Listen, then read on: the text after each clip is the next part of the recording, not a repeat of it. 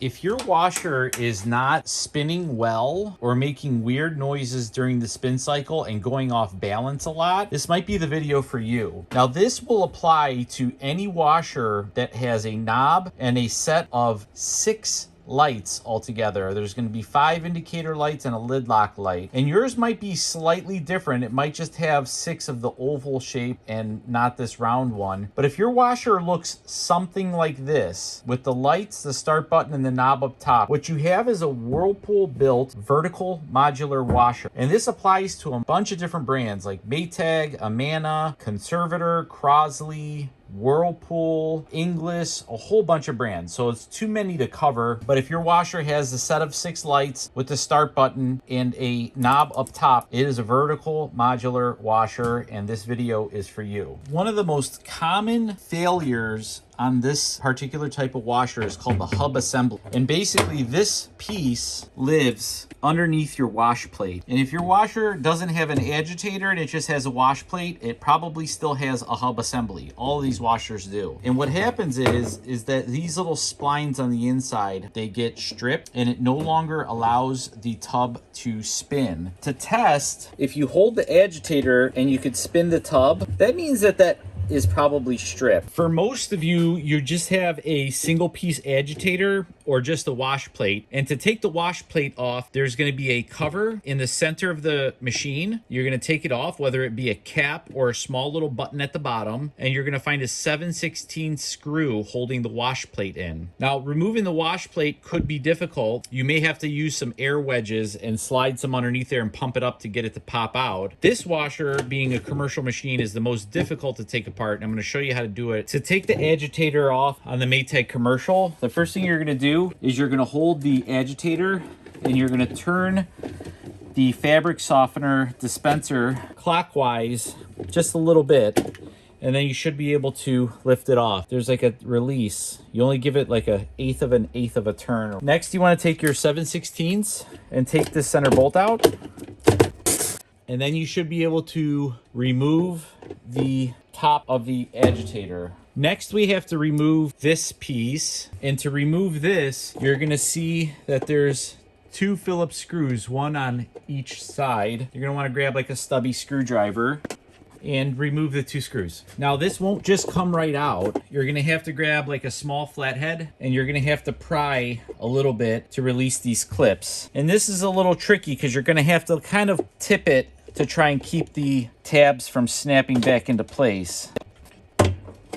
Once you get like 2 of them out, you should be able to get the whole piece out with maybe 1 more. And then finally, there's another 7/16 bolt right down in the middle, and we're going to remove that. Now, this agitator is probably going to come off pretty easy. Yours might not come out without a fight. So let me show you how you pull it off if it's stuck. So if your agitator doesn't just slide out normally, you're going to want to use, these are called air wedges, and you need 1 air wedge for every vane that your washer agitator has. This one has 4, most have 3. And what you're going to do is you'll get these airbags completely deflated, just wipe a little bit of soap on it so they're nice and slippery, and you're going to have to like massage them till you get them underneath the wash plate. Now, I'm not going to struggle and show you how it's done because it is kind of a pain in the, but basically you're going to get it so that you have all 4 just like that, 1 underneath every vane, and then pump them all up equally, and eventually the agitator will just lift off. On a really stubborn one, if you have these air wedges pumped up all the way and it still won't come out, the last resort is you have to grab tea kettle of really hot water, pour some right down the middle where the agitator shaft is, often enough that'll create enough thermal shock that the agitator will just pop right off. Now that we have the agitator out, we see the hub assembly wonderfully exposed and easy to get to. And the first thing we have to do is we have to pull this little horseshoe clip out. What you could do is you could just take a regular flathead screwdriver and get in between the hub and the horseshoe, and then just kind of give it a little pry. Next, you want to grab your Phillips and you want to remove all 6 of those screws. Careful not to drop any of the screws into the slot. Once you have all 6 screws out, this hub should just slide right off. Now, as you can see, this one is stripped out. One thing I'd recommend doing is grabbing a junky towel, clean up this mess a little bit so that the new part can install easier. And not mandatory, but recommended. If you have a wire brush, give it a little cleanup.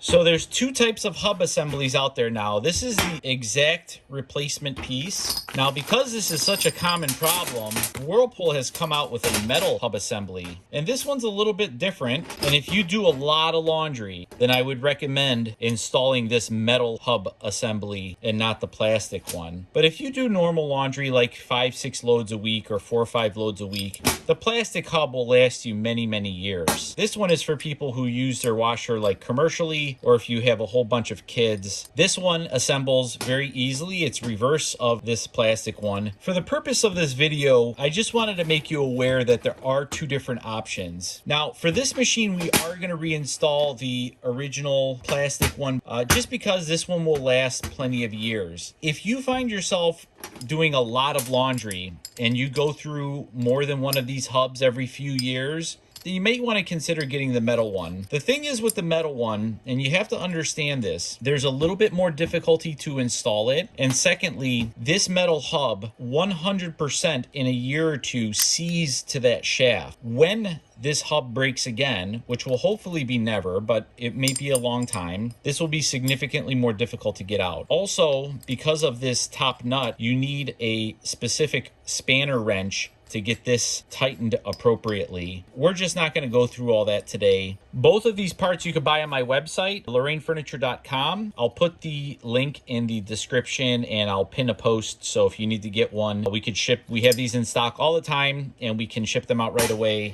We ship very fast. We ship 6 days a week. We just don't ship on Sundays. Now that we're all cleaned up, we're going to take our new hub assembly and you're going to set it in, kind of find the grooves a little bit. And what you want to do is you want to kind of line up the holes. If it's giving you a hard time, you may have to take like a socket and put it over the top and give it a little.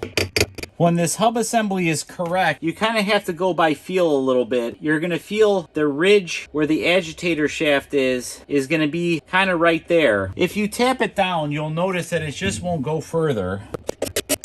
Now, since I broke the new one, I'm going to put this old horseshoe back in, and it should go in almost with your hands. Sometimes you could tap it in, but it should require minimal effort. Now that we have this hub assembly in, I'm going to rub a little bit of Vaseline on this shaft, so that way the agitator won't get seized on it again. You could also use like valve grease or any type of really lubricant. Just don't use too much of it, because otherwise it's going to transfer on your clothes eventually. Now, I'm a little nostalgic, so I use some vintage Maytag center seal grease. Once you have that in, it's time to put the agitator back in.